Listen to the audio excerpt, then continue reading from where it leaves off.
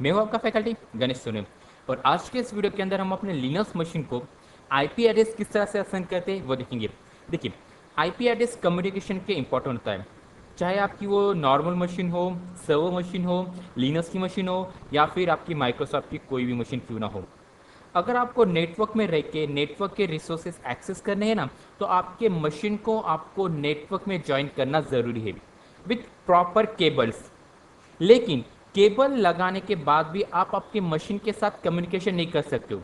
क्यों? क्योंकि नेटवर्क को एक्सेस करने के लिए यहाँ पे आपको एक नेटवर्किंग का एक प्रोटोकॉल ऑन करना पड़ता है, या यूँ कहे नेटवर्किंग का एक एड्रेस आपको देना पड़ेगा। ओके, तो आज हम देखेंगे कि किस तरह से आप अपने मशीन को उस नेटवर्किंग के एड्रेस को असाइन कर सकते हो।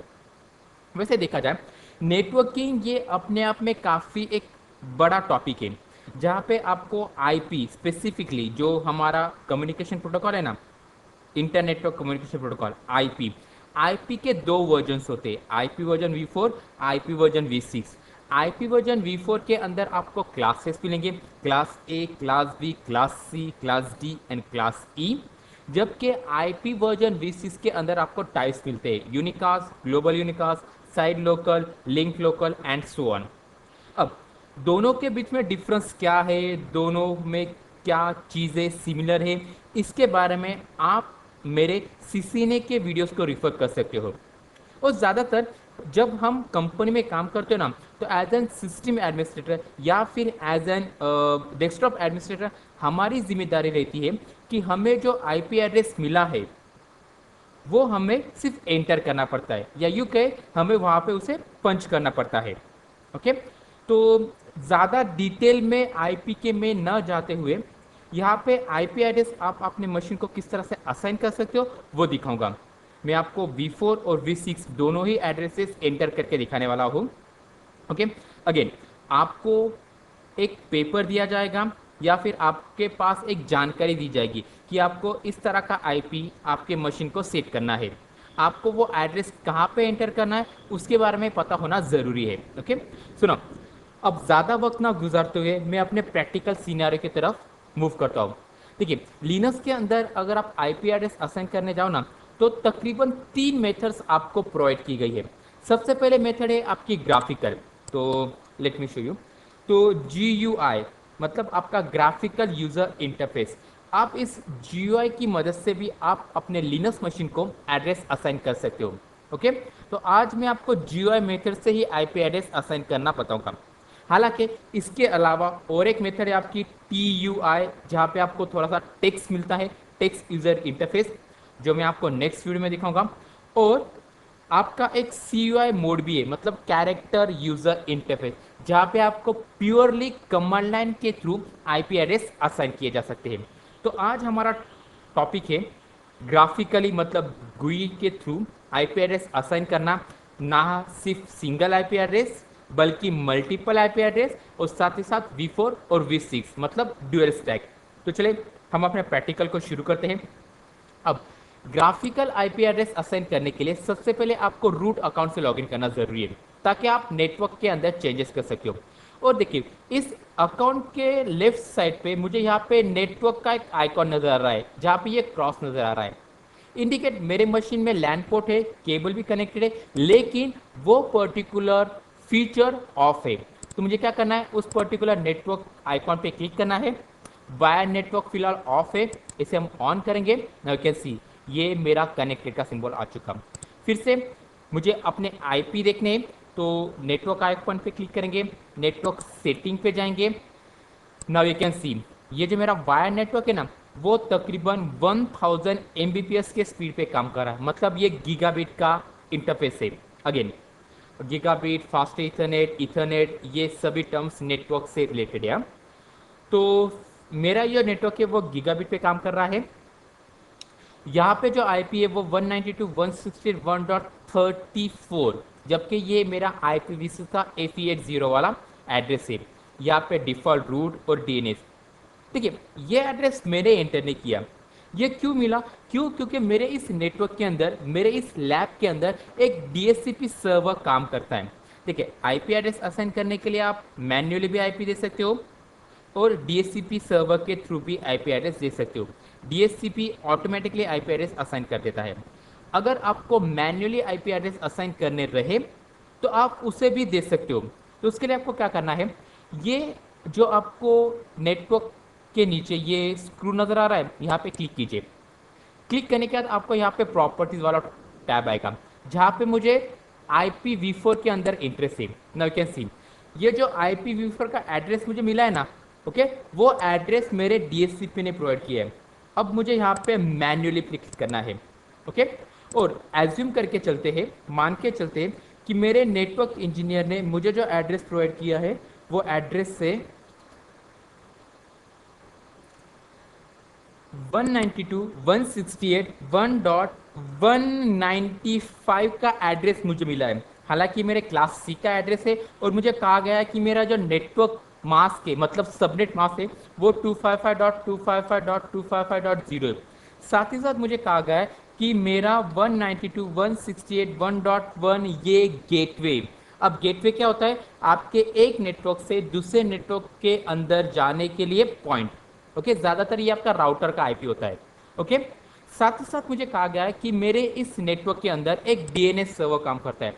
अब DNS का काम होता है IP to name, name to IP mapping करना। तो मेरे नेटवर्क इंजीनियर ने मुझे कहा है कि 192.168.1.101 पे मेरा DNS काम कर रहा है। तो मैंने उससे एड्रेस को एंटर कर दिया, अप्लाई पे क्लिक किया। अब IP तो मैंने चेंज कर दिया, लेकिन अभी तक यहाँ पे उसका इम्पैक्ट नहीं आया। वो कब आएगा, जब मैं इसको ऑफ करूँगा और ऑन करूँगा।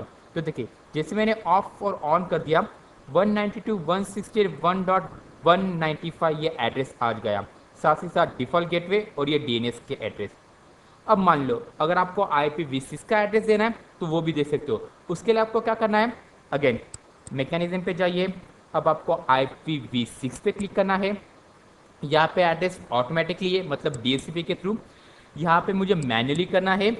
और मैं मान के चल रहा हूँ कि मेरे नेटवर्क इंजीनियर ने मुझे IPv6 का जो एड्रेस प्रोवाइड किया है वो है FEC0। अगेन IPv6 का एड्रेस क्या होता है, उसके रिलेटेड डिफ्रेंशिएट क्या है, वो आपको मेरे CC ने वीडियोस को देख के पता चल जाएगा। लेकिन प्रैक्टिकल पर्पस के लिए मैं मान के चल रहा हूँ कि मेरे नेटवर्क इंजीनियर ने मुझे कहा कि FEC0:ABC:100 ये जो एड्रेस है ना, वो एड्रेस मुझे इस मशीन को एंटर करना है।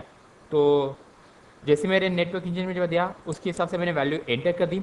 अब प्रीफिक्स इज एक्चुअली कितने बीट नेटवर्क के आप रिजर्व करना चाहते हो।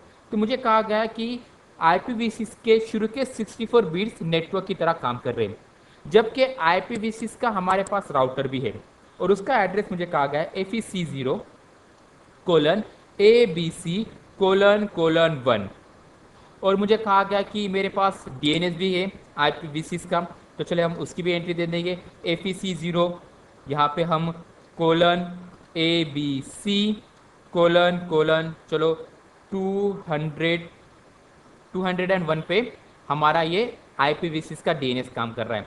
अप्लाई पे क्लिक करेंगे, इसे ऑफ ऑन, तो देखिए IPv6 का एड्रेस भी यहाँ पे आ चुका है, ओके। अब इसे देखने की और एक मेथड है, कमांड लाइन मेथड। तो चले हम वो भी देख लेते हैं। तो अगर आपको कमांड लाइन के थ्रू IP देखना रहा ना, तो सबसे पहले आपको राइट क्लिक करके ओपन टर्मिनल करना पड़ेगा। अब IP देखने की जो कमांड लिनक्स के अंदर वो है आपकी इफ कॉन्फिग, ओके। देखिए ज़्यादातर बच्चे कंफ्यूज होते हैं, वो IP चेकआउट करने की कमांड IP कॉन्फिग कह देते हैं, जबकि IP कॉन्फिग ये कमांड आपके विंडोज़ के लिए यूज़ होती है। अगर आप लिनक्स या यूनिक्स के साथ काम करते हो तो आपको इफ कॉन्फिग कमांड से आपकी मशीन का IP मिलेगा। तो मैंने यहाँ पे इफ कॉन्फिग ये कमांड एंटर की।